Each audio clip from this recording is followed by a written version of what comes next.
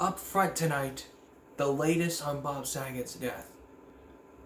Actress Candace Cameron Bure is speaking out on how she felt about Bob Saget's death. Now, we've been following the story for weeks, and I've been following the story for the first time, and I got to thinking I'm blackmailing people. That's absolutely untrue. I don't freaking blackmail people. All I do is just give you guys the truth.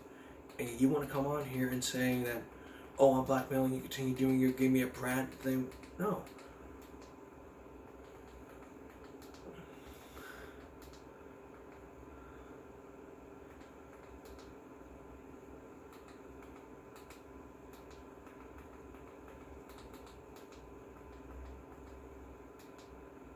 So, here's what she told Extra. Let's find out what she told Entertainment Tonight 2 weeks ago, and then we're gonna move on to Extra. Take a look.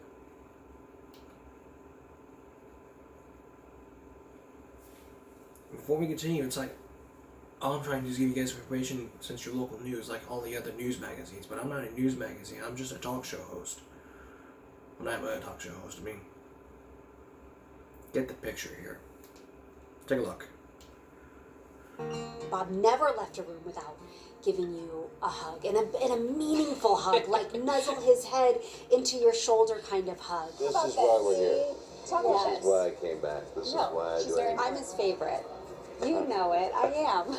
I can't say that. Yes, you can. It's okay. The most comforting part is all the relationships I have with everyone, and all of us talking like the Full House family, and Kelly, Bob's wife, and Aubrey and Laura, his daughters. We've all been in really close contact, and that was strangely one of the most unreal weeks of my life. From the week that he passed up into the funeral, because we were all together every day, practically 24 hours a day. Kelly Rizzo posted this beautiful tribute to Bob, sharing moments the two had together with the caption, "I can't even put into words how much I will miss this." I thought of this interview I did with him on the very last day of filming. They are really friends of mine. The girls, they're not girls. They're women. That And they're was 2 smart. years before And his I death. talk to them and ask advice, and they do the same of me. You're making me cry, Danny Tanner. You just did it. That's what Danny Tanner does, and then he hugs you when it's over. Thank you. See, nobody hugs like Bob. Whew. You see the pride. You see how supportive he is. I mean, he was welling up just thinking about us ladies, and he's just such a special person. Candace was 10 years old when she first met Bob on the Full House set in 1987. We got to witness firsthand the bond she forged with her TV dad, and it would only grow stronger over the decades. Comment, Mark. The very first time I directed Fuller House, Bob was in the episode, but it's been known on set when the three guys are there, everything takes twice as long because everyone's laughing, everyone's joking. He looked at me and he was like, "I know what you're gonna say. You don't even have to say it. I'm gonna be on my best behavior. You are gonna love me even more after we do this episode because I will do whatever you ask me to do." And he did. He was always so proud of all of us girls. I mean, his own daughters. He's just was always a gloating father. He was just like, "I want to make you shine. So what can I do?" And that's who Bob was at his core. Now a mom of 3 herself, Candace is keeping busy. The latest in her Aurora Teagarden series, Aurora Teagarden Mysteries, Haunted by Murder, premieres February 20th on Hallmark Movies and Mysteries. And this installment flashes back to Aurora's past with a twist. Teenage Aurora is being played by none other than my daughter Natasha, which was pretty fun. And the teenage Sally character is being played by Lexa Doig, who's the actress, her real-life daughter, Mia. It's totally haunted. It's not haunted. There's no such thing as... We were the biggest stage moms ever. Our biggest note to them, we had to tell them, like, "You guys are too cool." Like, it's not. We're really dorky. Surprise! Now that is what she said on E.T. So, yeah, I guess she was right. Bob would always give a hug. But that's the thing with I mean, if nobody can just lighten up your day more than Bob. I mean, host of America's Funniest Videos, former host, married, Full House star.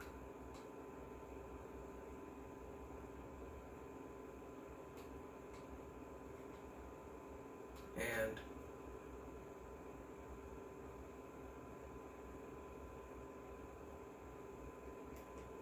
but there is more to this. We're not gonna have time, but we're not gonna have time to give you all this. But sometime next week, I'm gonna play you what Candace told Access 3 weeks ago about Saget's last text.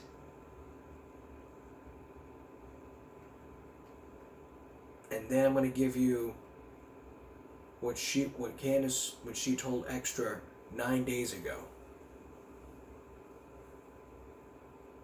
Because she knew she has questions, but probably in the near future.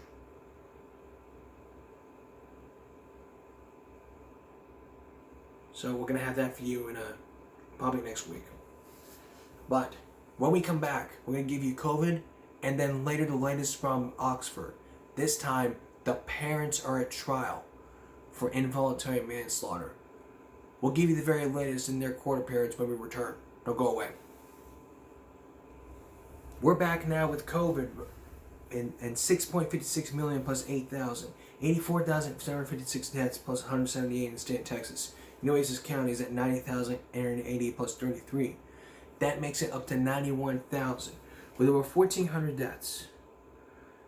5.8% have been positive. Positive tests over 66,000. 1.1 million tests have been taken. 53,000 people in ICE have been hospitalized in the 7-day average, and 10,000 people have been in ICU. 60% of people have been fully vaccinated, which is 17.4, and 20.5 million have had at least one dose, which is 71%. In the U.S., 552 million doses have been given, 215, and 65.1, the same thing.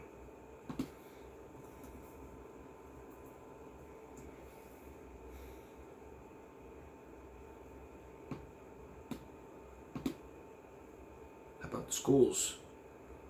Again, 0.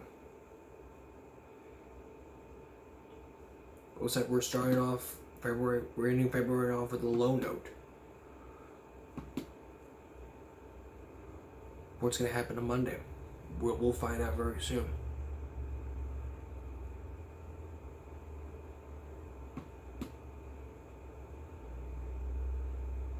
But again, I told you this 2 years. Masks, social distance, hand wash, and sanitize your hands. You're in classrooms, you need to disinfect your area immediately. A lot of classes have disinfectant wipes. If you're in school, you can experience COVID, you need to let your nurse know immediately.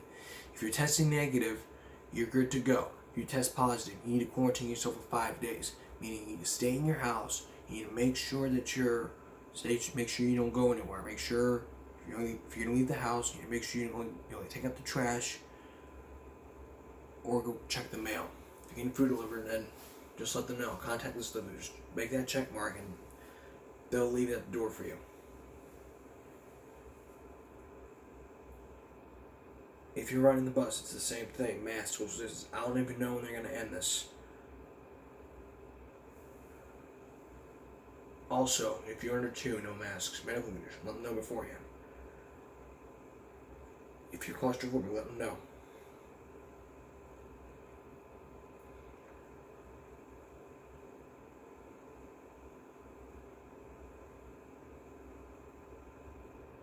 And quarantine yourself, remember, 5 days. After the 5th day, get yourself tested. Basically the whole point here.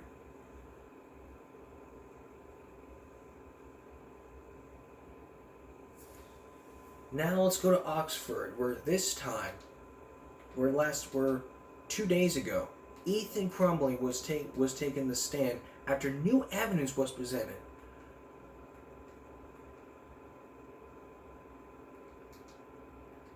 Now the parents are back in court, and there is new evidence being involved in this. But first, the lawsuit there was a lawsuit that happened. I don't know if it was the same one, so let's take a look. But if it is, probably the same one. But if it's new details, then I'm going to give you new details about that lawsuit. So I don't know. So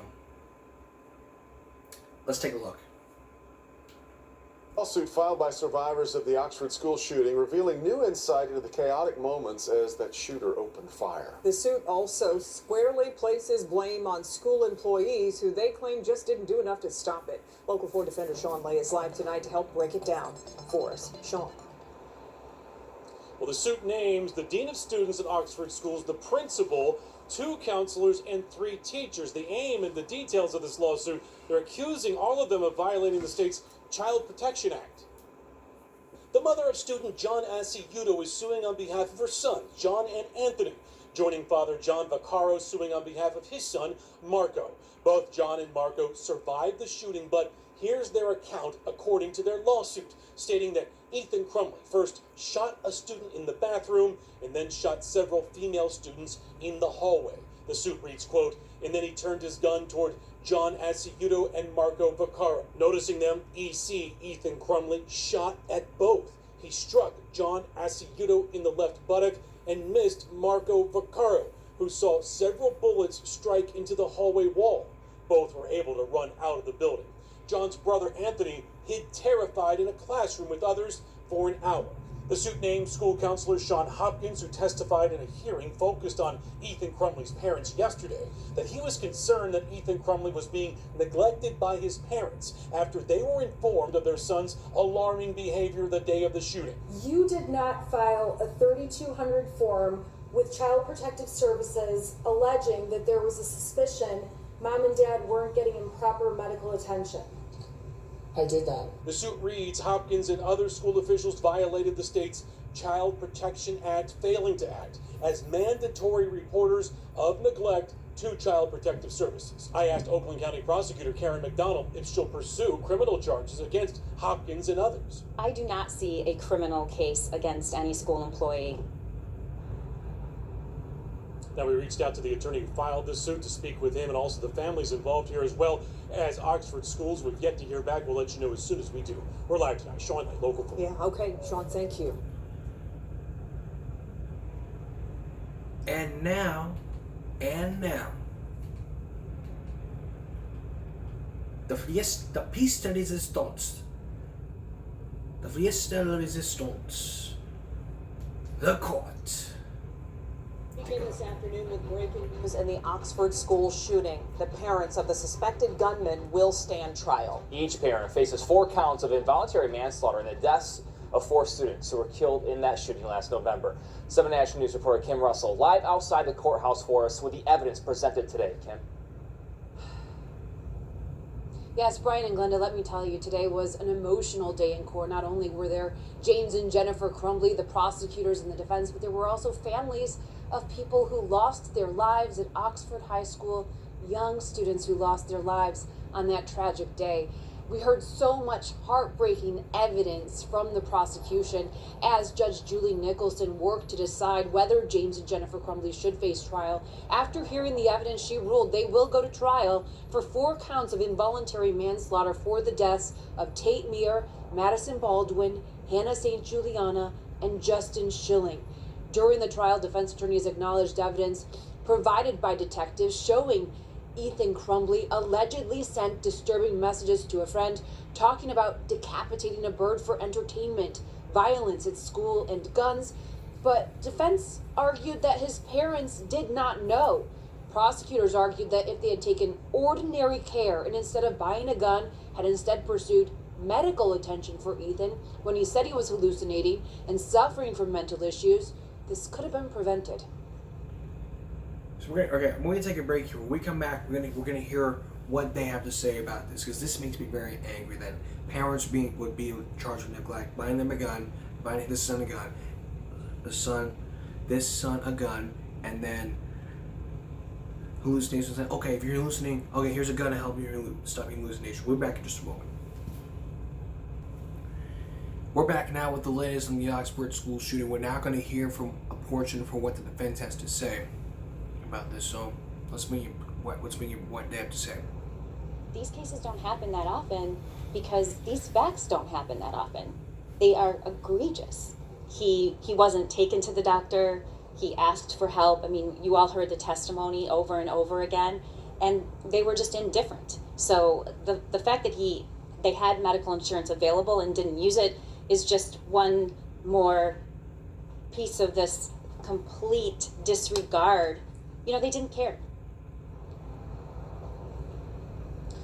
We learned so much about the evidence that prosecutors have coming up on 7 Action News at 6. I'll give you a more in-depth look at that. Reporting live, Kim Russell, 7 Action News.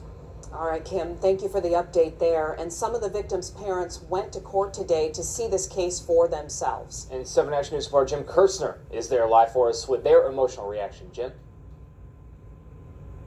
Brian and Glenda, I can tell you this is the first time in nearly 3 months since this shooting that the parents of victims and a lot of parents in Oxford are finally hearing from school officials about their role in this shooting back on November the 30th. Check it out. There's high school counselor Sean Hopkins on the witness stand testifying he pulled Ethan out of class. Ethan had drawn that picture depicting the shooting. He had searched ammo on his cell phone the day before. His parents were called in. There was a 13-minute meeting. That the counselor Sean Hopkins testified that Ethan was sad and maybe even suicidal. The parents did not touch or hug him. They were urged to get him professional help immediately, but they did not take Ethan out of school. Nobody searched his backpack. No outside authorities were called. Ethan was returned to class.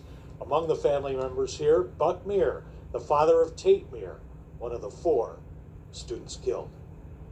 Do you believe school officials did enough? And this counselor today on the stand did enough. Were you in there today? Were you in there today? I was watching. Okay, what do you think? I'm not a parent. Doesn't matter what I think. No. Everybody wants to know what you think. Our kid's not home. They didn't do enough. 3 other kids aren't coming home. They didn't do enough.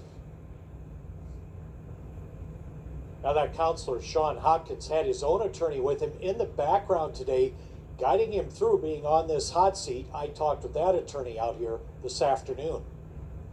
What would he say to the parents who are here watching his testimony today, the parents whose children were killed? I don't know what he would say to them. He'd say that it's a tragic event and he wishes... Does he owe them an apology? I don't think so. I don't think he owes them an apology. He didn't do anything wrong. So we've talked with the parents about what the attorney said. We're going to have much more on this at 6 o'clock, but these parents seeking so much more information about the role of school officials. There are 2 lawsuits against these school officials and the district from these parents. They're going to be watching as the parents now go on trial months down the road. We'll have more for you next hour at 6. Live in Rochester Hills, Jim Kirchner, 7 Action News. And Jim, the pain is still palpable for so many people in this community. We'll see you at 6. Thank you. Glenda? And we now know more, so we heard from Ethan. Now let's hear from the parent. Now we're going to hear from the parents.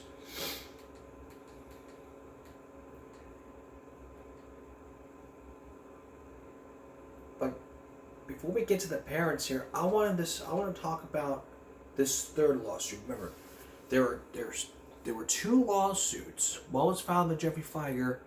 The other one was filed for an attorney and by the family. And then the 3rd one was the latest one. So here's what we know so far. We know that the parents did not do anything. All they did, they didn't care. Swept it under the rug and said, I don't care. But I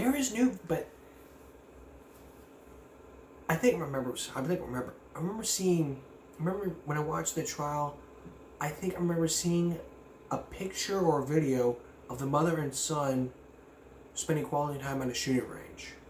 I think what she was doing is teaching her son how to use a gun.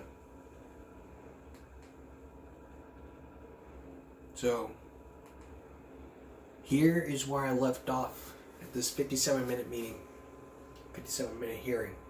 I'm not going to play you all this, but I am going to play you And Jennifer a portion.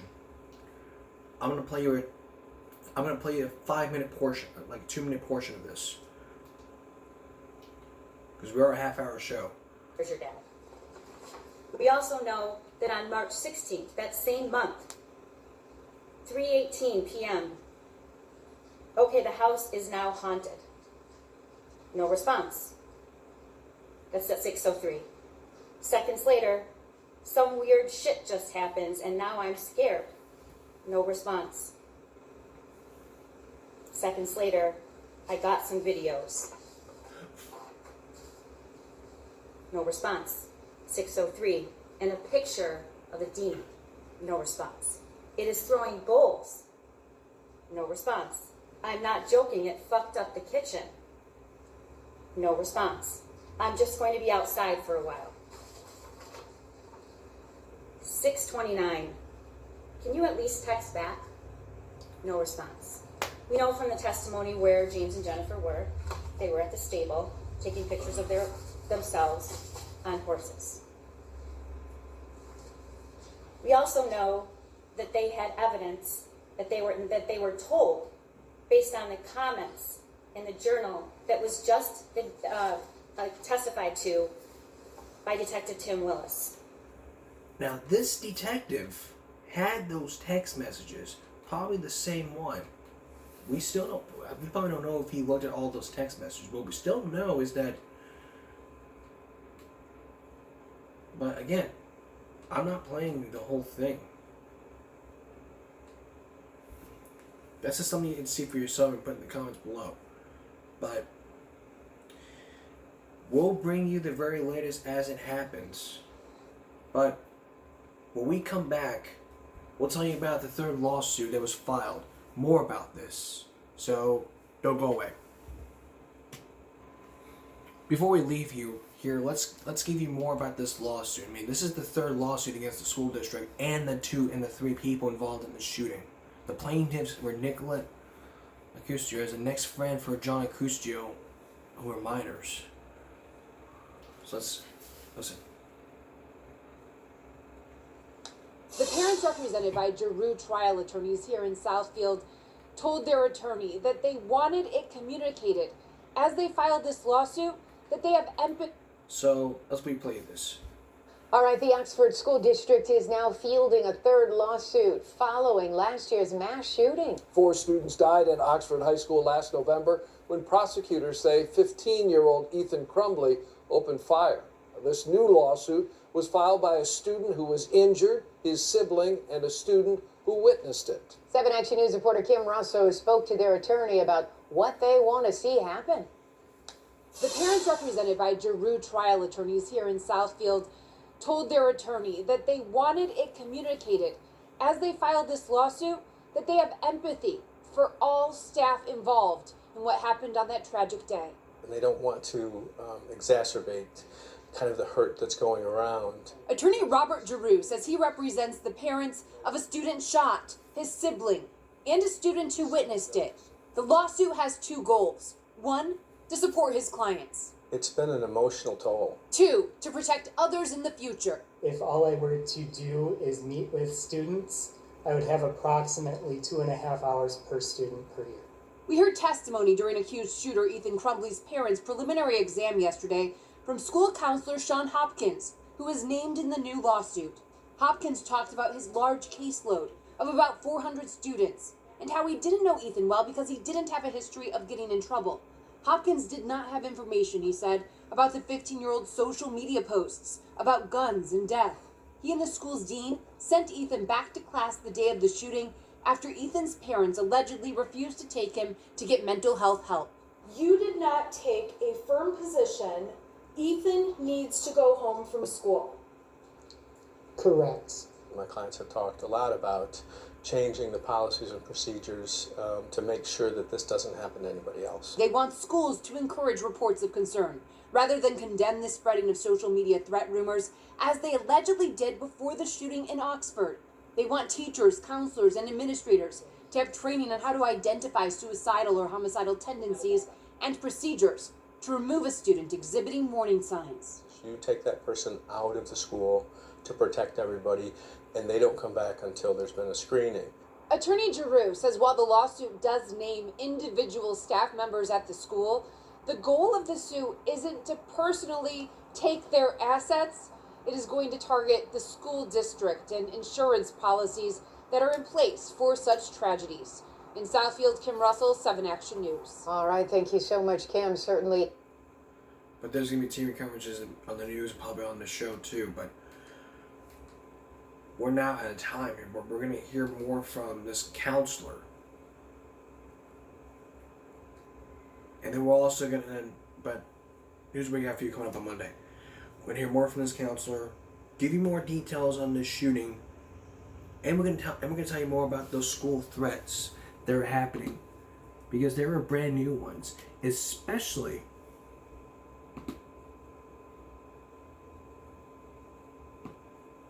the one that happened 2 days ago after the school district was closed for a bomb threat. We'll give you that, and a counselor who made two coaches. That's tomorrow. So before we leave here, give you a recap. Ethan's charged with murder. Jennifer and James Crumley are charged with 4 counts of involuntary manslaughter. 3 lawsuits happening, one from Jeffrey Feiger, one from the attorney, and now the latest lawsuits from the minors. The names in the lawsuit were the superintendent, the dean of students, the counselors, and the 3 teachers. The 4 victims were died. The 4 victims died. I may not have a good memory on this, so you're going to have to back me up on here in the comments. So that's what we know. That's the latest from Oxford. And that's all for this edition of Give Me a Break Saturday night. We'll see you again for Give Me a Break Monday with more latest on the Oxford school shooting and more school threats. For all of us here at YouTube, good night.